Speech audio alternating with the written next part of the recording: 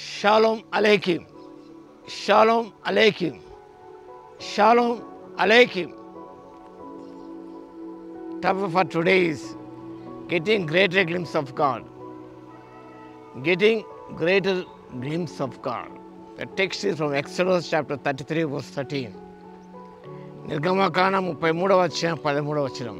Getting greater glimpse of God. గొప్పదైన ప్రభు యొక్క ముఖారవిందాన్ని వీక్షించడం. నిర్గమకాండం 33వ అధ్యాయం 13వ వచనంలో, కాబట్టి నీ కటాక్షము నా యెడల కలిగిన యెడల, నీ కటాక్షము నా యెడల కలిగినట్టుగా దయచేసి నీ మార్గము నాకు తెలుపుము, అప్పుడు నేను నిన్ను తెలుసుకొందును. నీ మార్గము నాకు తెలుపుము, అప్పుడు నేను నిన్ను తెలుసుకొందును. మహానాయకుడు మోషే దేని ప్రజలను కనాను దేశానికి, వాగ్దాన భూమికి నడిపిస్తున్న సందర్భంలో ఈ 33వ అధ్యాయములో దేవదేవుడు వారితో రానని చెప్పాడు.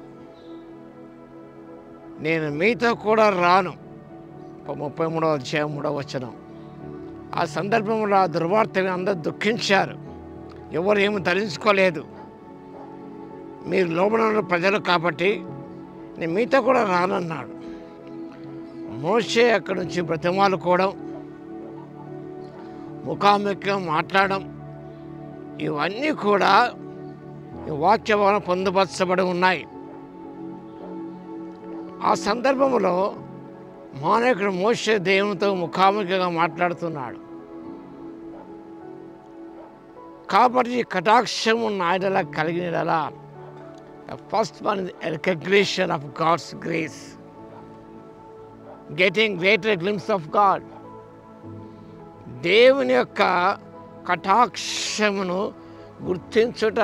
నా కటాక్షము, కాబట్టి నీ కటాక్షము నా యెడల కలిగిన యెడల, నీ కటాక్షము నా యెడల కలిగినట్టుగా దయచేసి అంటున్నాడు. కాబట్టి వాక్యభావన, if I found favour in your sight, నేను ప్రభువా కటాక్షం పొందినట్టయితే నాకు తెలుపుము.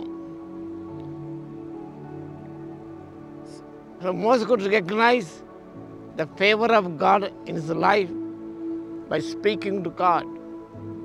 ప్రభుతో మాట్లాడడం ద్వారా దేవుని యొక్క కటాక్షం, గ్రేస్ అన్నమాట ఇంగ్లీష్ పేరు చూస్తాం. ఆయన కృప తనకు కలిగినదని నమ్మాడు, విశ్వసించాడు. We are all recipients of God's grace. మనం కృపాయుగంలో ఉన్నాం. ఆ విశ్వాసం ఉంచడం ద్వారా ఉచితమైన కృపను మనం పొందాం. కాబట్టి ప్రభు యొక్క కటాక్షం, ఫేవర్ అనేది నీ యెడల నా యెడల ఉన్నదని మనం గ్రహించి ఈ నూతన సంవత్సరంలో ముందుకెళ్ళాలి. ద సెకండ్ మన realisation of God's way, a recognition of God's grace in our lives. I found favor in the sight of God అనే నిశ్చయత నీలో ఉండాలి. రెండవదిగా, ఇది realisation of God's way. Let me know your ways, cause me to know your ways. Moses is asking God to intervene in his life so that he would understand how God operates. దేవుడు ఇతరుల జీవితంలో పనిచేస్తాడనే విషయాన్ని తెలుసుకోవడానికి ఆశించిన వ్యక్తి ఆయన.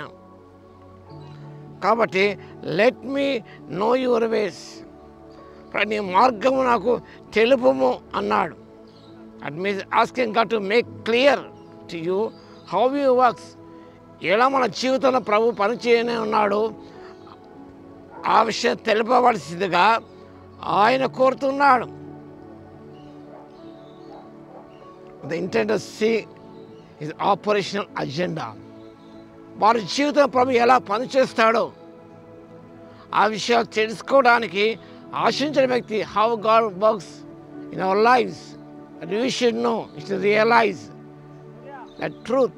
కాబట్టి ఆ సత్యాన్ని మనం జ్ఞాపకం చేసుకోవాలి. You want to follow God's ways, దేవుని యొక్క మార్గం తెలుసుకొని అందులో నడవడానికి ఆశిస్తున్నావా? బైబిల్ సెలవిస్తుంది. The scripture commands us to walk in his ways. దేని వాక్యం సెలవిస్తున్నది ఆయన మార్గంలో నడవాలని. Number 3, a revelation of God's person. మోషే ప్రార్థిస్తున్నాడు, pray to get great glimpse of God. Lord, let me know you. ప్రభువా, నన్ను నేను తెలుసుకొని తండ్రి. I want to know you personally and your ways, your thoughts and your agenda. Would like to know అని మోషే ప్రార్థించినాడు. నీ మార్గం నాకు తెలుపు నాయనా, అందరూ నడుచుకుంటాను. ఈ నూతన సంవత్సరం ముందు దేవుని మార్గంలో ప్రయాణిస్తే మన క్షేమం, మనకు నెమ్మది, విజయం. అలాంటి విజయం ప్రభు మనకు దయచేయును గాక. ఆమేన్. ప్రార్థన చేద్దాం. స్తుతికి పాత్ర మహోన్నతుల మీ స్తోత్రాలు తండ్రి.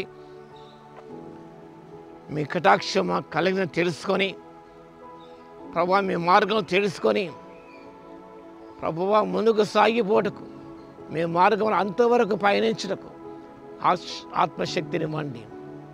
ప్రతి బిడ్డను దర్శించండి, దీవించండి.